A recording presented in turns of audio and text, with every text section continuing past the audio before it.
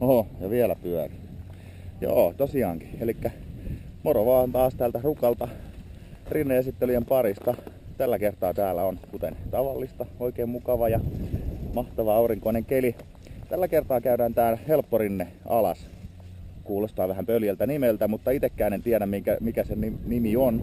Kuten taulustakin näkyy tuossa noin, se on sen kutsuma nimi ilmeisesti. Se on valmistunut tälle kaudelle täällä ja sen pointtina on nyt sitten se, että kaiken tasoiset laskijat, jotka on kokenut aikaisemmin tänne eturinteen päälle tulon pikkasen kuumottavaksi johtuen noista eturinteistä ja sitten vuostelistakin tänne toiseen suuntaan, että eturinteen puolelle ei ole oikeastaan päässyt kuin muuta kiertämällä sitten tuolta Saaruan kautta ja sieltä Kurun kautta sitten vähän turhan pitkää reittiä. Mutta nyt tämmönen on tälle vuodelle tullut ja se on mun mielestä tosi hieno homma, että semmonen rinne on tässä.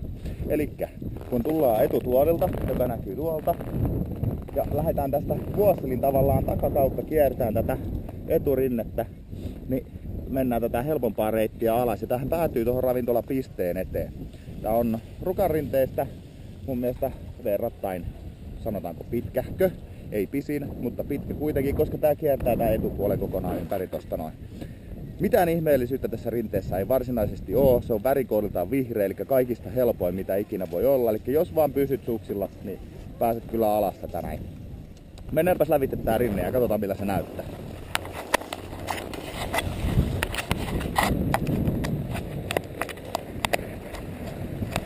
Elikkä nyt me ollaan tässä yläpäässä, just tän rinteen lähtöpaikalta. Noin saatiin kamera kiinni.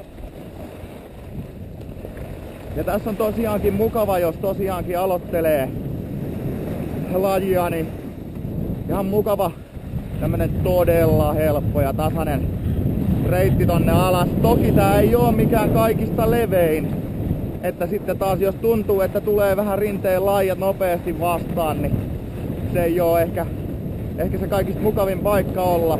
Mut niinku huomaatte, niin tässä on tehty tämmöstä vähän niinku serpenttiinimäistä tietä tonne alas. Ja tämähän menee tossa aivan tossa Kierkrossin radan vieressä. Kierkrossin rata näkyy tossa oikealla kädellä, joka menee sitten tonne Vuostelin puolelle. Ja kuten näette, niin tässä on koko matka. Jos on vähänkään hankalampaa paikkaa, niin verkot löytyy koko matkalta. Ja sitten kun on vähän tommoista vievämpää tossa vieressä, niin siinä on oikein A-verkkoa, että sinne ei pääse vaikka haluaisikin. Ja nyt ollaan tultu jo yhden eturinteen verran vähintäänkin matkassa alas. Vasemmalta kädeltä löytyy mukavia ja vaativia metsäreittejä. Eli ne tulee tosta kun lähtee FIS-rinteeltä tänne Kurun suuntaan. Niitä Kurun FIS-rinteen esittelyssä olikin niistä puheista pikkasen. Kuten näette, niin maasto on verrattain vaativaa, että sinne ei kannata mennä, jos ei ole kapulat tai lauta hallussa.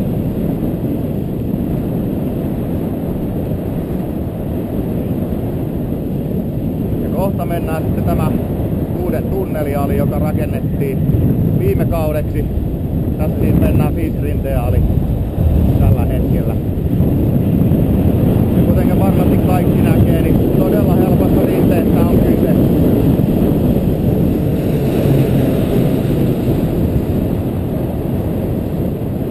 Ja näin me tullaan tähän ravintolapisteelle. Tästä pääsee vasemmalta kädeltä etutuoli ja Kurun tuoli tässä oikealla kädellä.